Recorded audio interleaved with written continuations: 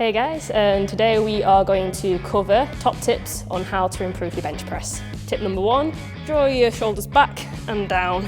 Tip number 2, concentrate on bending the bar in half. This helps activate your lats and keep your lats drawn back and down. My next tip is to focus on your leg drive. When you're benching, you're going to push through your feet, a bit of your heels as well, mostly, and try and push yourself backwards, not upwards, backwards. Pretend you're pushing yourself backwards out the bench, and it'll give you more drive and help you blow up your bench. Tip number 3, breathe more through your chest than your stomach.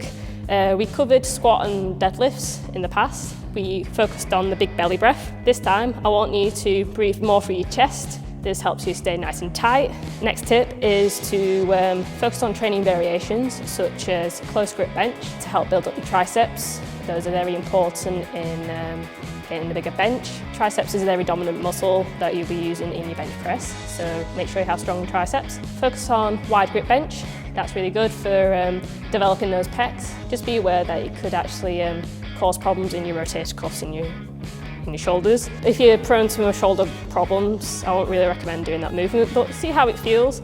Any wide grip bench, you should probably focus on being slightly wider than your normal average bench grip. You can experiment on different widths, but anything wider than your normal bench, I would say that's quite optimal. And also variations such as board presses and slower bench press motions, such as the slow eccentric, the way down, and also longer pauses I would recommend as well. Like pausing for 2 seconds will help develop that power, especially if you're a powerlifter.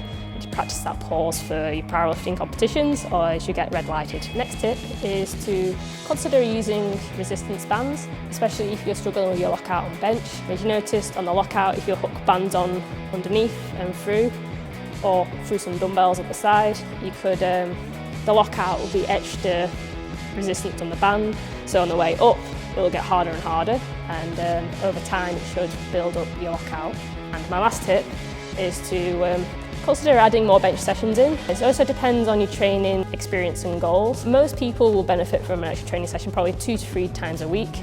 If you're more of an older person or you've got more training experience, you might think of different ways to reduce the volume of training days and see how you feel. But for now, I would recommend probably adding another one in.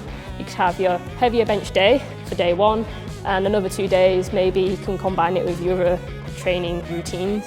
So you can do a squat, assistance bench, and work on more your bench variations. That's it for today, and if you want to watch more of these reels on improving your performance and strength, follow us on Instagram, and also visit www.destinystrength.com to find out more information.